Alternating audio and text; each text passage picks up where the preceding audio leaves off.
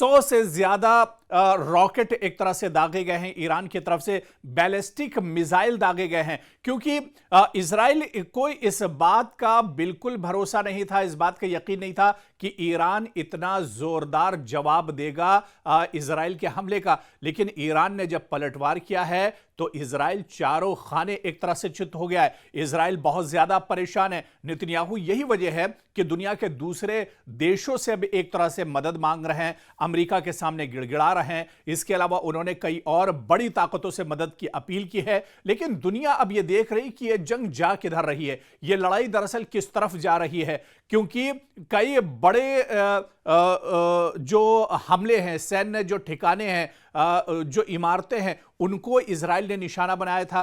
पहले हमले में इजराइल ने ईरान को नुकसान पहुंचाया, लेकिन उसके बाद जब ईरान ने हमला किया तो अब उस पर इजराइल एक तरह से कह रहा है कि हमारे शहरियों को निशाना बनाया जा रहा है। हालांकि जो ईरान में जो लोग मारे गए वो भी इंसान थे और उनका जिस तरह से कत्लेआम किया गया, वहां पर एटमी हथियार बताकर हमला किया गया। अब ऐसे में जब ईरान ने हमला किया है तो इजराइल इस पर अब क्यों परेशान हो रहा है? जाहिर सी बात है कि शुरुआत इजराइल ने की है और जिस तरह से आयत अली खामनेई ने कहा है, जो ईरान के सुप्रीम लीडर हैं, उन्होंने कहा है कि शुरुआत इजराइल ने की है लेकिन खात्मा हम करेंगे। और ऐसी ही कुछ तस्वीर इजराइल के एक और शहर हाइफा से। हाइफा एक सनती शहर है जो दरअसल यहां पर पोर्ट है और यह पोर्ट बहुत इंपॉर्टेंट है। यह बंदरगाह जो हाइफा की है यह बहुत इंपॉर्टेंट है। यहां पर दुनिया के अलग अलग हिस्सों के जो कंटेनर्स हैं वो आते हैं, पानी के जहाज यहां पर आते हैं।